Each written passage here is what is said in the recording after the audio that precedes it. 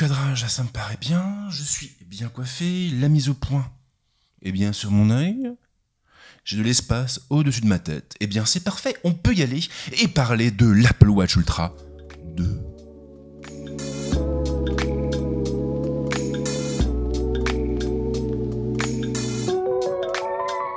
Vous le savez, Apple va tenir le 12 septembre prochain un keynote spécial, durant lequel la firme présentera ses nouveaux smartphones et donc les iPhone 15.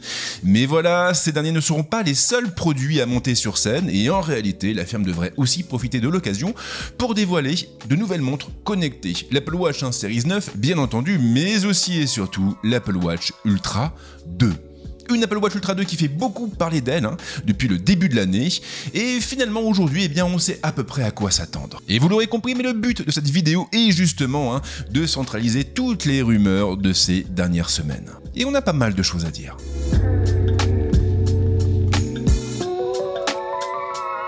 Niveau design, déjà, il ne faut pas s'attendre à une révolution. L'Apple Watch Ultra 2 devrait beaucoup ressembler au premier modèle. On aurait donc toujours ce fameux bouton d'action complètement paramétrable, ainsi que cette petite protubérance à droite, une protubérance regroupant la couronne digitale et l'autre bouton. Tout comme l'année dernière, Apple aurait l'intention de lancer un seul et unique modèle, un modèle de 49 mm.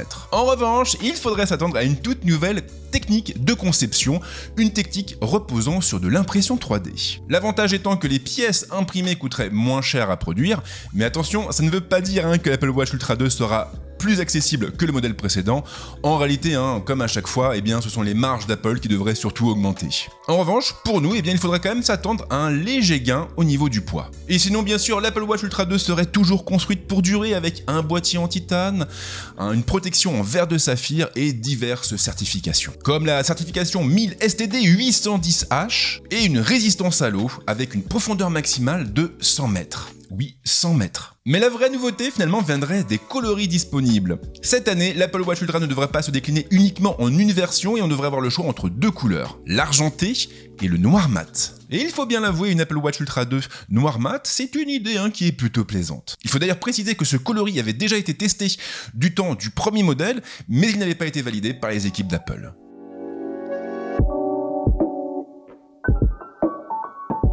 Au niveau des caractéristiques, une fois encore, l'Apple Watch Ultra 2 devrait se positionner dans la droite lignée du premier modèle. L'écran, on resterait sur une dalle OLED, une dalle de 1,9 pouces. Alors pourquoi c'est important? Parce qu'il y a eu des rumeurs qui faisaient état de l'arrivée probable d'une dalle micro LED de 2,1 pouces. Sauf que voilà, cette dalle serait très compliquée à produire avec un taux d'échec important, ce qui aurait contraint Apple à réviser ses plans. Côté puce, pas de surprise, on devrait avoir le droit à un nouveau SoC et plus précisément à une puce S9, similaire à celle que l'on retrouvera à bord de l'Apple Watch Series 9. S9, Series 9, vous avez compris le principe. Et qui dit nouvelle puce dit bien entendu plus de puissance, mais aussi et surtout une meilleure consommation de l'énergie. Et ça c'est très prometteur parce que l'Apple Watch Ultra 2, je le rappelle, est censé tenir en moyenne 36 heures. Et quand vous êtes habitué à recharger votre Apple Watch tous les jours, ça fait quand même plaisir de voir une montre connectée Apple qui tient un petit peu plus longtemps. Alors après pour le reste, pas de changement, on aurait toujours une connectivité cellulaire, ce qui veut dire que l'Apple Watch Ultra 2 pourrait se passer d'un iPhone et recevoir directement des appels ou des messages,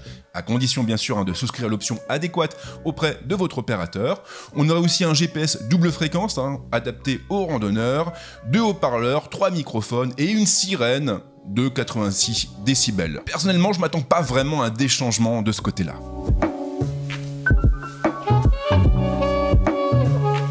Alors bien sûr, qui dit Apple Watch dit également capteur. Là non plus, il ne faudrait pas s'attendre à une révolution. Le fameux profondimètre serait toujours de la partie, un profondimètre très apprécié des plongeurs.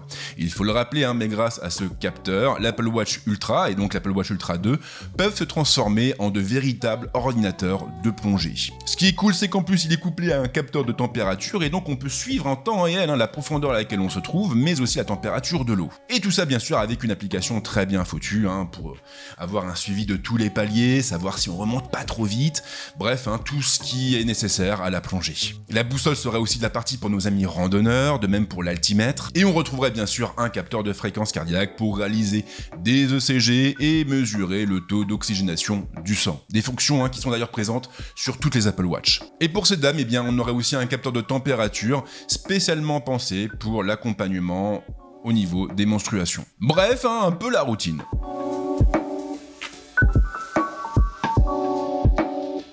Alors après, au niveau des dispos, au niveau du prix, il faut s'attendre à une annonce le 12 septembre, comme je le disais, durant le keynote de rentrée d'Apple.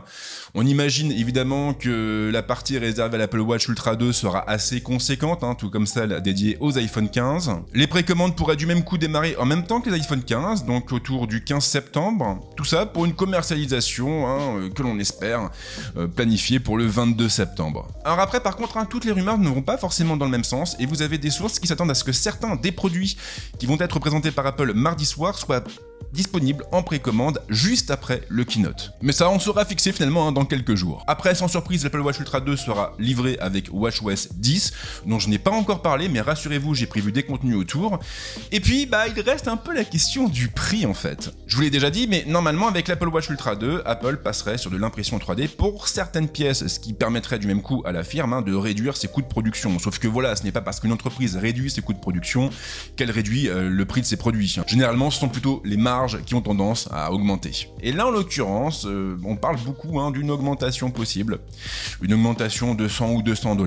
Exactement comme pour les iPhone 15. Ce qui veut également dire que l'Apple Watch Ultra 2 pourrait être proposé au-dessus de la barre des 1000 € avec un prix, pourquoi pas, fixé à 1049 ou 1099 €. Et oui, ça me fait un peu mal au cœur de dire ça. Et fort heureusement, je peux récupérer la TVA. Merci en tout cas de m'avoir suivi jusque-là, et comme d'habitude, si vous voulez soutenir la chaîne, c'est pas compliqué, il suffit de partager cette vidéo, de la liker, de la commenter, et bien sûr de vous abonner.